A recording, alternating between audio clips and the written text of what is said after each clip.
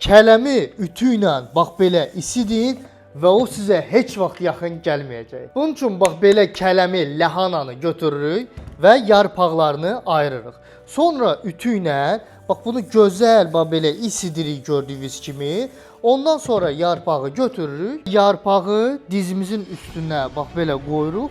Üzərindən də bax belə bir dəsmal, bandaj, bintlə bağlayırıq və gecə boyu bax bunu belə saxlamaq lazımdır. İsti kələm, yəni lahana yarpaqları iltihab əleyhinə maddələr ifraz edir. Bəzən elə diz ağrıları olur ki, insanlar gecə belə yata bilmirlər. Bu üsul isə diz ağrılarını cəmi bir neçə dəqiqə aradan qaldırmağa sizləri köməklik edəcək. İnşallah ki, qayd edin bu videonu yoxlayın. İnanın, yorumlarda hər biriniz mənə təşəkkür edəcəksiniz. Dualarınız mənə yetərlidir. Bu arada yorumlarda məni hardan izlədiyinizi yazın. Mənə də maraqlıdır. 2 həftəyə 6-7 kilo, 1 aya 10-15 kilo ac qalmadan sağlam yolla arıqlamaq istəyirsinizsə, səhifədə qeyd olunan WhatsApp nömrəsinə mənə arıqlama proqramı yazın.